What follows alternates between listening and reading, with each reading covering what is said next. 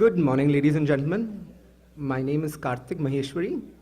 I'm a senior member of the Telecom, Media and Technology team at Nishith Desai Associates. And on behalf of everyone at Nishith Desai Associates, I'd like to extend a very warm welcome to each one of you. Firstly, we apologize for the slight delay. There's been some traffic incident on 405 because of which we were waiting for the conference is now being recorded. Some of the participants to arrive. But now that we're here, we're very pleased to have you join us for the second edition of our annual Media and Entertainment Conference. Before we dive right in, we'd just like to thank all our partners, which is FICCI, Shekhar, Tulsi, AIF, NASCOM, and TAI for joining us for the second edition of this conference. Now I'd like to invite Nishith to commence the conference.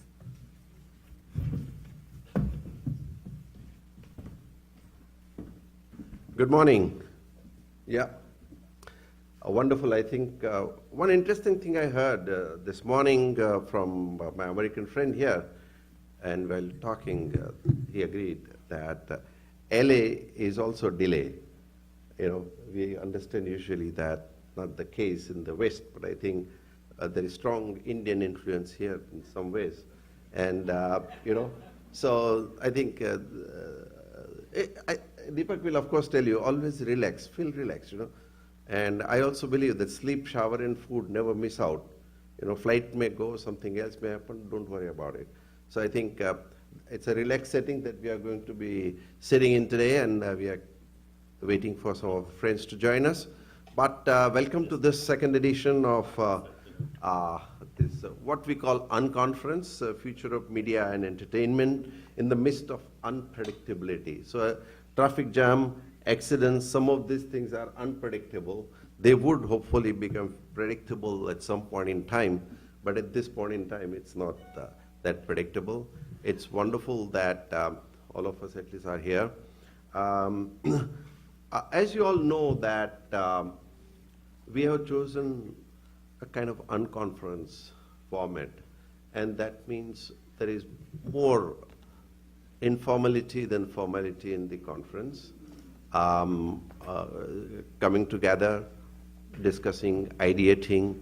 I think today, the difference between our speakers and the audience has shrunk so much that often we do not know who knows more. At least I always feel that you all know more than what I know. And that's the format. So it's a freewheeling. Idea is to take our thinking, understanding to the next level. And the whole idea of this unconference last year when we started was to take ourselves from where we are to the next level, And there's so much happening around the world to take stock of what's happening today, what is likely to happen tomorrow and the day after, and so on and so forth. So if we can gaze into the future, I think first of all that itself is an exciting thing, Number two, if you can build something upon whatever you understand of the future, even though it's unpredictable, we can gain something. We can be prepared. I was, with Rudy Giuliani at one point of time, and he told me how did he handle a September 11th episode, and he said one thing, that they had planned for everything that is likely to happen in the future. Somebody will put poison in the water and some blast will happen at railway station or airport or stuff. Nobody understood, nobody thought that there will be ever some people going and flying directly into World Trade Center, and the second one then happens, people are shocked. But the way in which that whole problem was at least addressed was because they were prepared to do other things, They could tweak around some of those principles and apply it to the new situations which were completely unexpected. So they were ready.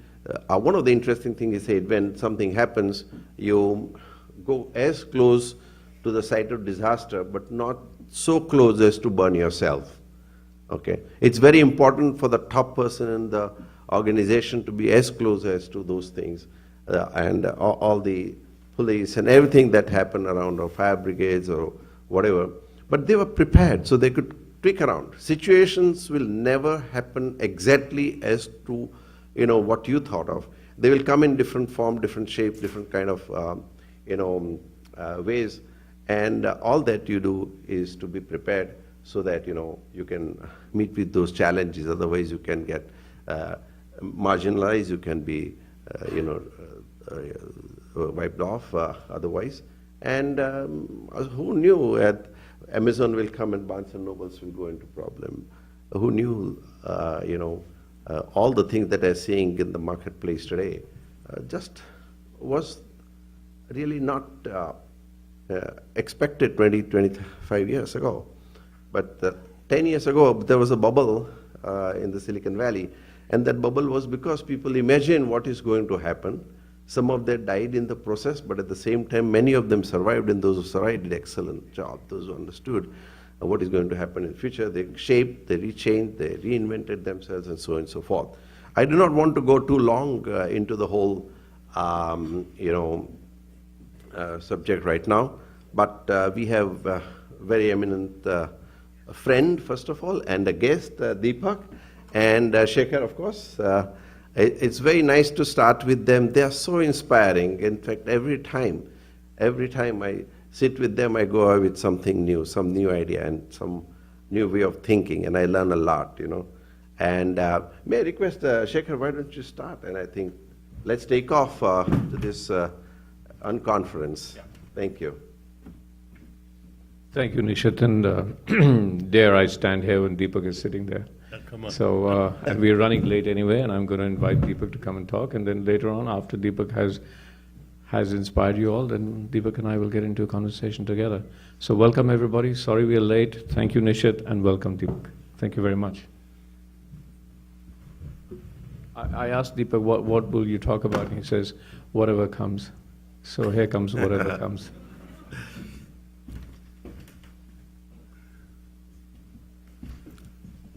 Thanks, Shekhar. Thank you, Nishith. Thank you all for being here. What do you want me to talk about? Whatever comes. Well, I think since this is about the future of media and entertainment in the midst of unpredictability, let me tell you a little bit about what people are talking about in the realm of emergence and creativity, and I'll summarize it as quickly as possible. If you have a system where you put together people from disparate disciplines, where there is no plan, so there is unpredictability, but there is some sharing of values, and the system is non-linear and open, what comes out is creative emergence. And this is something that's being recognized in evolutionary biology, where we no longer think strictly in Darwinian terms. In evolutionary biology, Darwin was known to have spoken of evolution as a purely mechanistic process, random mutations and natural selection. Random is not really a good word.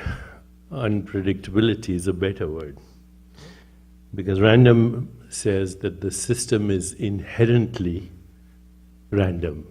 Unpredictability means you don't know what's happening. It's unpredictable. Let's say I go to Grand Central Station in New York City. The scene looks totally chaotic. But I come every day and I see there's a pattern there. So many people are going to Boston, so many people are going to Pennsylvania, approximately. And once I start to discern the pattern, then what seemed random is actually not so random.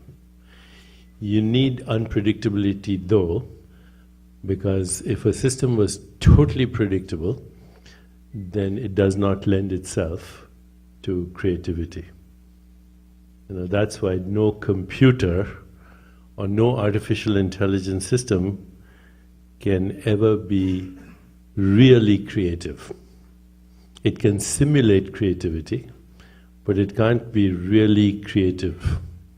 Creativity requires the element of consciousness. And this is another whole discussion, but as far as we know right now, there's no algorithm for consciousness. In fact, creativity is based on another mathematical principle, which those of you familiar with mathematics will recognize as Gödel's theorem. So Gödel is the great mathematician from Germany who, a long time ago, proposed Kurt Gödel. The theorem is known by his name. He said, if you have a sufficiently elaborate system of mathematical theorems, you will always find a theorem which is true but cannot be proved. I'll repeat that. A theorem which is true but cannot be proved. So normally when you do mathematics, one theorem follows the other. So let's take a simple thing, simple geometry. To get to Pythagoras' theorem, you start with simpler theorems and they progressively get to there. But if you have a sufficiently elaborate system, you'll find a theorem that's there that even the mathematician who derives it says, where did it come from? He has no idea because it has nothing to do with the previous theorem. And yet intuitively it rings true for that person, for the mathematician. If he then adopts that in his framework, he can progress. If he doesn't, he's stymied. It's the end.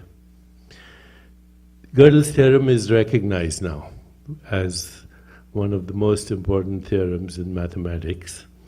And since we assume, anyway, modern science assumes that mathematics is the language of nature, then it suggests that nature herself is creative. And if nature is creative, then nature is conscious, because you cannot have creativity without consciousness.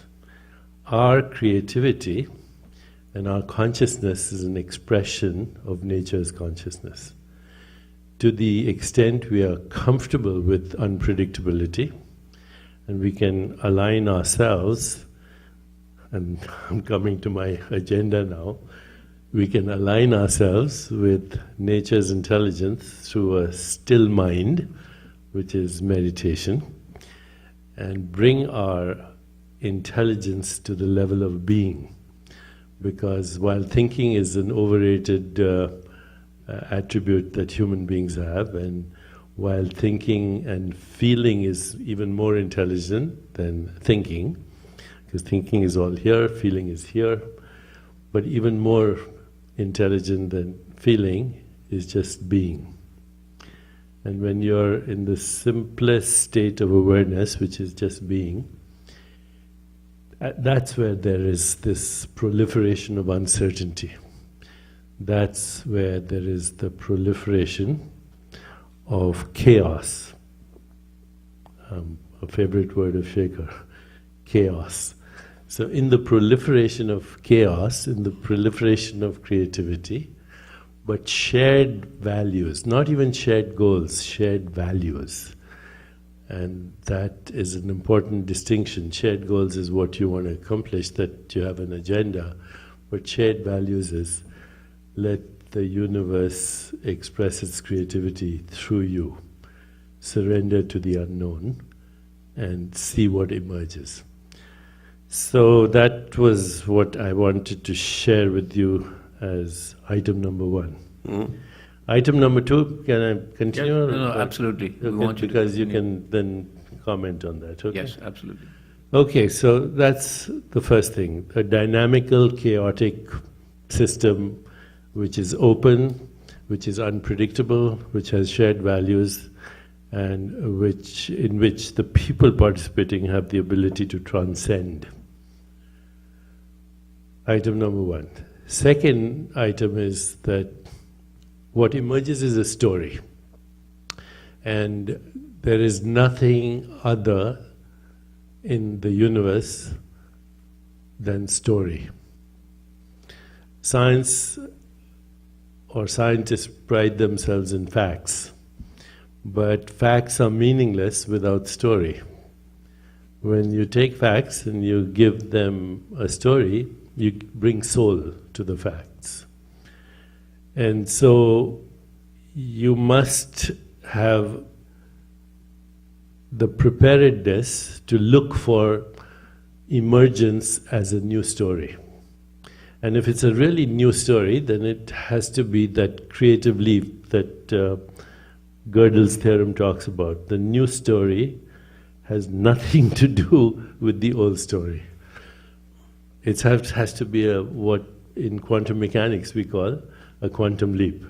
A quantum leap is, I'm using this as a metaphor, please, but in quantum mechanics, a creative leap is when a particle moves from one location to another location without going through the space in between. And so if you've seen Star Trek, when the captain says, "Beam me up, Scotty." Scotty presses a button and the captain disappears here, lands up in another galaxy without going through the space in between. All imagination is actually quantum in character. If I ask you to imagine something new, then it can't be related to what is in the past. And yet we have the same facts, we have the same information. How do you take the same information, the same facts,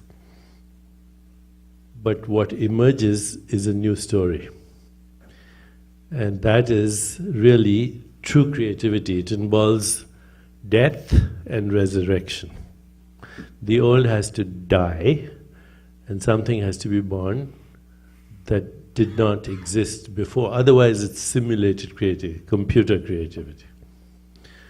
Which means that the same facts create a new context and a new relationship and a new meaning. Same facts. The old context dies. The old set of, or at least the interpretation of old relationships dies, and therefore the old meaning dies. So without death, there is no creativity. Now in our tradition, in the Vedantas, our physical death is ultimate creativity. Because reincarnation means end of the old story, new story with the same sanskaras, but new context, new meaning, new relationships. And every act of creativity, therefore, must involve death, which means relinquishing the known and not be burdened by the known, but stepping into the unknown with total non-resistance, with total acceptance, and with no anticipation. If there's resistance, if there is a burden of memory, if there is anticipation, then it's not death.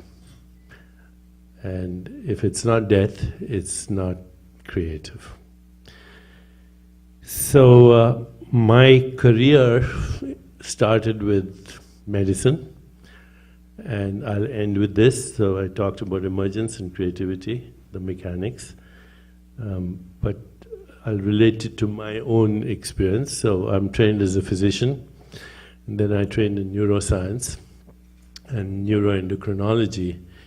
And when I started seeing patients, I realized that outcome from disease was unpredictable. And actually, you could have two patients who had the same illness, saw the same physician, got exactly the same treatment, but some recovered and some died. That was despite the fact that everything was the same. But in their minds, there was a different story.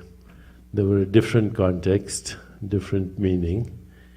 And it occurred to me at a certain point that healing was a creative response in consciousness that led to a creative response in biology.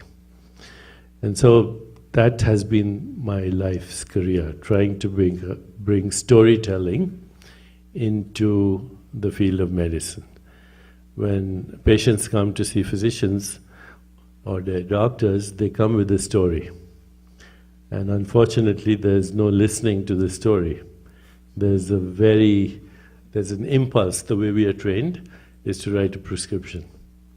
But unless you listen to the story and you help the patient reframe the story, reinterpret the story, allow the old story to die, create a new story, there's very little chance of healing. And so that has been my career for the last 30 years. And at the end of this morning, I'll show you a short video where that's going in what we're talking about, in my field, which is the story of well-being. Not only well-being in the individual, but well-being at the workplace, well-being in society and communities, and well-being in our world so desperately needed. Yeah. Okay? Thank you.